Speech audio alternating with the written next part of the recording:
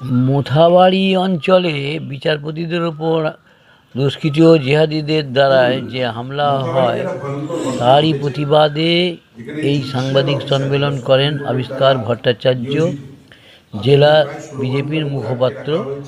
তিনি কি বললেন শুনে নিন আমাদের এই জনপ্রিয় পোর্টাল চ্যানেলে আরবান টাইমসে। ভালো লাগলে অবশ্যই সাবস্ক্রাইব করবেন। দেখুন, মোথাবাড়িতে একটা ভয়ঙ্কর ঘটনা ঘটেছে, যেখানে জুডিশিয়াল অফিসার যারা সুপ্রিম কোর্টের দ্বারা নিয়োজিত তাদেরকে প্রায় 16 ঘন্টার উপরে আটকে রাখা হয়েছে এবং সেখানে 3জন মহিলা জুডিশিয়াল অফিসার ছিলেন। তাদেরকে জল বা বাথরুম পর্যন্ত ব্যবহার করতে দেওয়া হয়নি, জলকে তো দেওয়া হয়নি। এবং আমরা গণমাধ্যমে এবং আপনাদের টিভি চ্যানেলের মাধ্যমেই দেখেছি যে তারা যখন হাইকোর্টে জাজেদেরকে ফোন করে বলছেন, তাদের মনের মধ্যে আতঙ্কের জায়গাটা এরকম যে বলছেন যদি আমাদের কিছু হয়ে যায় তাহলে আমার মেয়েটাকে বা আমার বাচ্চাগুলোকে আপনারা দেখবেন। আপনি কোন পশ্চিমবঙ্গে আছেন? আপনি কোন পশ্চিমবঙ্গে বসবাস করছি? মোথাবাড়ি যে ঘটনা ঘটেছে সেটা শুধু বিশৃঙ্খলা নয়, বা সেটা আমার নাম ভোটার লিস্টে ওঠেনি তাই আমি আবেগ বা রাগ প্রকাশ করছি, ব্যাপারটা তা নয়। এটা একটা ডেলিবারেট প্রি প্ল্যান্ড গণতন্ত্রের উপরে হামলা বলেই আমরা ধারণা করছি। তার কারণ মোথাবাড়ি যে অঞ্চলে অবস্থিত, আপনারা যদি সেই জায়গাটা খুব ঠান্ডা মাথায় বা পশ্চিমবঙ্গের ম্যাপে দেখেন, সেটা সব থেকে সেন্সিটিভ জোন, যেটা আমরা চিকেন নেক নামে জানি। 2016 সালে একই জায়গাতে কি ভয়ানক রাইট হয়েছিল, বিএসএফ এর জওয়ানদের এখানে আটকে রেখে যে কি তাণ্ডব চালানো হয়েছিল আমরা জানি যে থানায় আগুন লাগিয়ে সমস্ত নথি জ্বালানোর চেষ্টা সেখানে হয়েছে। 2016 পর থেকে বিভিন্ন জায়গায় বিভিন্ন কেন্দ্রীয় সরকারের বিরোধিতা করতে গিয়ে সরকারি সম্পত্তিতে আগুন লাগানো, সাধারণ মানুষের জানমাল নষ্ট করা এবং বিভিন্ন ধরনের ঘটনা আমরা দেখেছি। আমরা এটাও দেখেছি যে মালদা ডিস্ট্রিক্ট ফেক কারেন্সির ডেন, পশ্চিমবঙ্গ নতুন ক্যাপিটাল অফ ফেক কারেন্সিতে রূপান্তরিত হচ্ছে বর্তমান যিনি শাসক আছেন তার ছত্রছায়ায়। এবং দুর্ভাগ্যের বিষয় যে তিনি বারংবার বিভিন্ন সভামঞ্চ থেকে বলছেন, আপনারা জানেন তো কি করতে হবে, আপনারা জানেন তো কিভাবে প্রতিবাদ করতে হবে। উনি নাকি একটা বিশেষ কমিউনিটিকে ঠান্ডা করে রেখেছেন, তাই পশ্চিমবঙ্গের সাধারণ মানুষ বেঁচে আছে। আমার বক্তব্য, আমাদের দলের বক্তব্য, এই ধরনের উস্কানিমূলক কথাবার্তা এই ভোটের বাজারে যিনি বলছেন বা দীর্ঘদিন ধরে যিনি লালন পালন করেছেন এখানকার দুষ্কৃতকারী এবং জিহাদিদের, তার বিরুদ্ধে সঠিক ব্যবস্থা যাতে ইলেকশন কমিশন নেয়। এছাড়া বিচারকরাই যখন এই উন্মত্ত জনতার হাতে সেফ নয়, আপনি সাধারণ মানুষ হিসেবে কতটা সুরক্ষিত সেটা চিন্তা করার সময় এসছে। মমতা বন্দ্যোপাধ্যায়ের এই যে উন্নয়ন মডেল, যেখানে বিরাতে জাজেদের বাঁচার জন্য কেন্দ্রীয় বাহিনীর প্রয়োজন হয়, সেখানে সাধারণ মানুষ কতটা নিশ্চিন্ত আমার জানা নেই। 2024-এর 5ই জানুয়ারি সন্দেশখালীতে আমরা একই ঘটনা দেখেছিলাম, যেখানে ইডি অফিসারদের উপরে হামলা করেছিল শেখ শাহজাহানের বাহিনী, এবং একই স্ক্রিপ্ট মালদায় মঞ্চস্থ হয়েছে। মাথায় রাখবেন, সিবিআই এর উপরে হামলা, ইডির উপরে হামলা, রাষ্ট্রপতিকে অপমান করা, সবগুলোই ভারতীয় সংবিধানকে কোথাও না কোথাও চ্যালেঞ্জ ছুড়ে দেওয়ার মতো।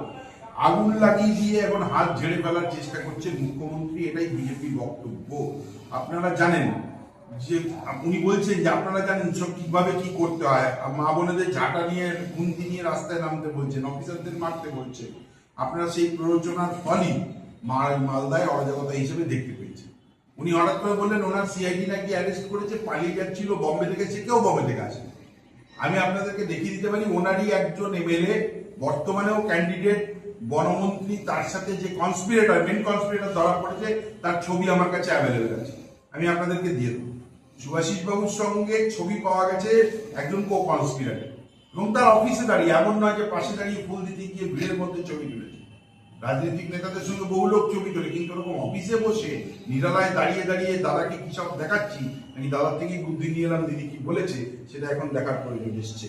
সুজাপুরে 90% সংখ্যালঘু এলাকা, সেখানে তাণ্ডব হচ্ছে। তারপরে যেখানে সংখ্যালঘু সম্প্রদায় সংখ্যাগুরু হয়ে যাবে, সেখানে ভারতের নিয়ম, সংবিধান, আইন কানুন কিছুই চলবে না, তার কারণ দিদির ছত্রছায়ায় তারা রয়েছেন। এটা ভালো উদাহরণ নয়। পশ্চিমবঙ্গের সাধারণ মানুষকে এটা বুঝতে হবে, এটা মিনি বাংলাদেশ বা মিনি পাকিস্তান বানানোর জন্য যারা চেষ্টা করছেন, যারা এখানে জেহাদি বানানোর ল্যাবরেটরি খুলেছেন, তাদেরকে ভারতীয় জনতা পার্টি কোনোভাবেই পশ্চিমবঙ্গের বুকে বা ভারতবর্ষের বুকে থাকতে দেবে না। এটা ভারতবর্ষের সার্বভৌমত্বের প্রতি একটা বিশাল বড় চ্যালেঞ্জ। আর এই চ্যালেঞ্জকে নির্বাচন কমিশনকে বলবো দয়া করে ট্যাকেল করার জন্য, নইলে ভারতের সঙ্গে পশ্চিমবঙ্গকে আগামী দিনে রাখা যাবে কিনা সেটা চিন্তার কারণ হবে। আর 2026-এর নির্বাচন নির্ণায়ক নির্বাচন, যেখানে ভারতবর্ষের সঙ্গে পশ্চিমবঙ্গ থাকবে কি থাকবে না সেটা নিশ্চিত করবে। এই স্পর্শকাতর এলাকাগুলোতে যেখানে এই ধরনের ঘটনা ঘটতেছে, যেখানে নেপথ্যে কে আছে, সেখানে এনআইএ তদন্ত অলরেডি চলছে। বিচারকের উপরে হামলা নেপথ্যে কারা আছে, কার নির্দেশে জাতীয় সড়ক অবরোধ করা হয়েছে, কার নির্দেশে এই ধরনের ঘটনা ঘটানো হয়েছে এবং মুখ্যমন্ত্রী তাদের কি ভূমিকা বিজেপির তরফ থেকে, আমরা সেটাই জানতে চাইছি। নির্বাচন কমিশনের কাছে প্রার্থনা করব যে এনআইএ তদন্তের মাধ্যমে যারা মূল অপরাধী তারা যেন সাজাপ্রাপ্ত হয়। রাষ্ট্রপতি শাসন কেন হচ্ছে না তাহলে? যখন রাষ্ট্রপতি শাসন কেন হচ্ছে না সেটা তো বিচার ব্যবস্থা বলতে পারে। রাষ্ট্রপতি শাসন লাগিয়ে দেওয়ার কি সব ব্যবস্থা? যখন এরকম সেন্সিটিভ ঘটনাগুলো ঘটছে এখন করে মাননীয় উচ্চ আদালত খুব স্পষ্টভাবে বলেছেন যে পশ্চিমবঙ্গের ল অ্যান্ড অর্ডারের অবস্থা খুব ভয়ানক।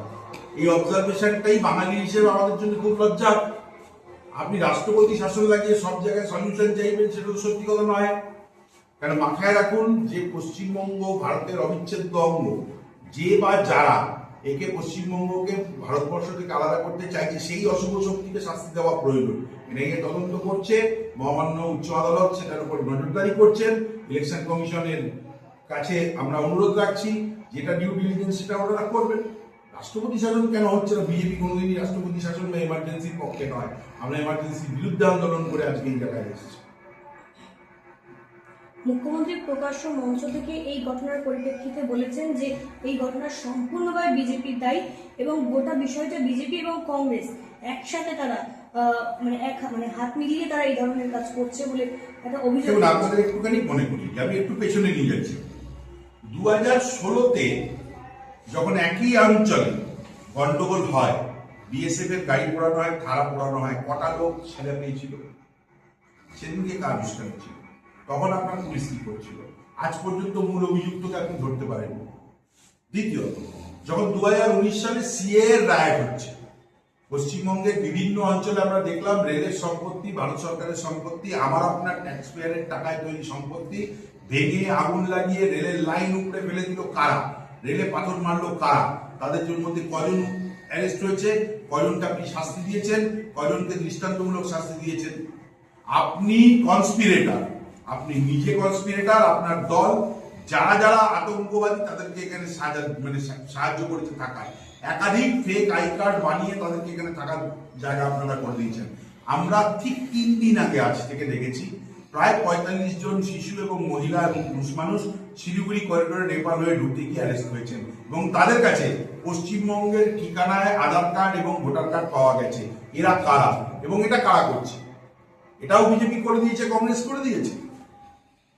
আর যে সিজাউল নাকি ভদ্রলোক এই লয়ার ধরা পড়েছেন, সে তো তৃণমূলের ক্যাম্পেনিং করেছে, একাধিক জায়গায় মমতা বন্দ্যোপাধ্যায়ের সঙ্গে একই স্টেজে দেখা গেছে।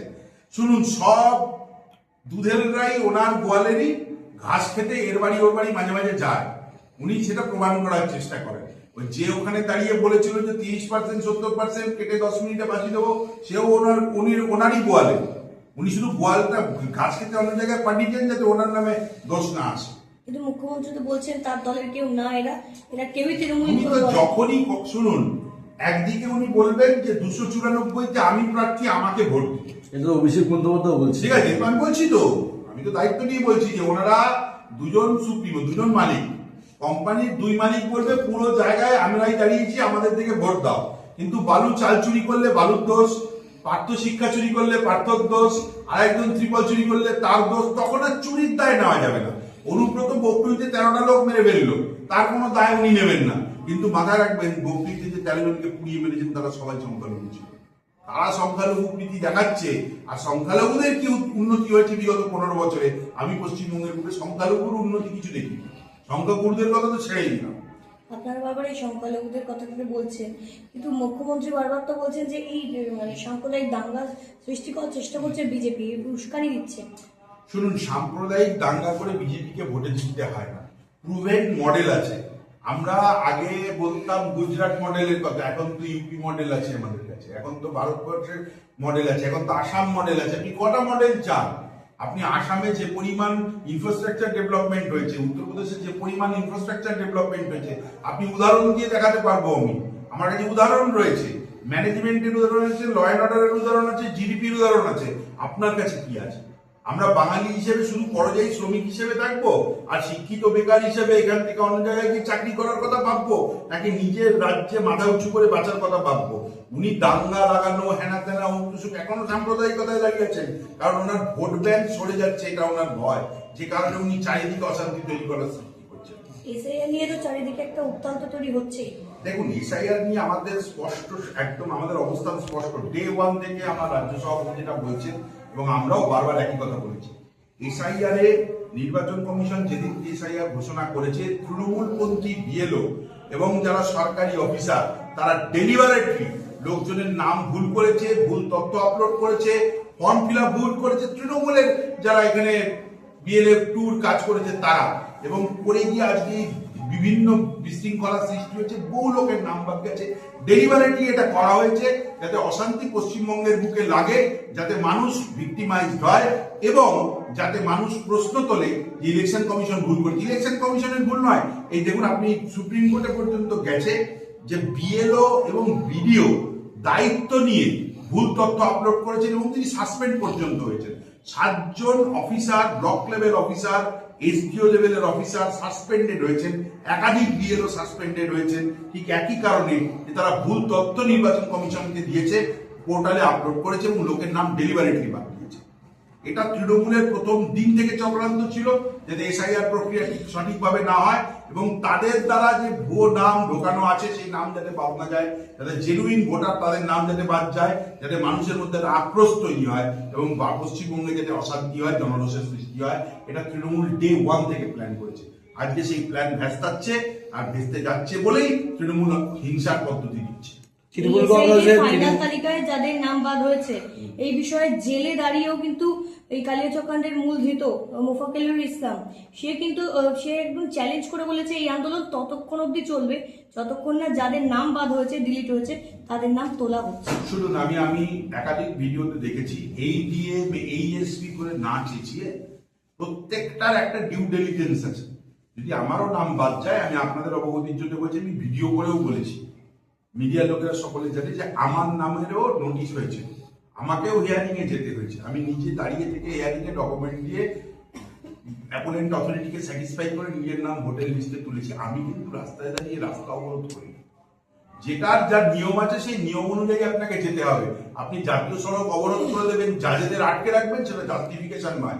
উনি জেল থেকে বলুন আর জাহান্নাম থেকে বলুন, উনি কি বলছেন আমার জানা দরকার। তৃণমূল কংগ্রেসের টালিগঞ্জের প্রার্থী কালকে প্রেস কনফারেন্স করে বলেছে 6 নম্বর যে ইয়েটা আছে, ফর্মটা আছে, সেটা অবৈধ। কি বলবেন? 6 নম্বর ফর্ম বৈধ। আমার মনে হয় আসলে উনি প্রার্থিত হয়েছেন দিদির দয়াতে।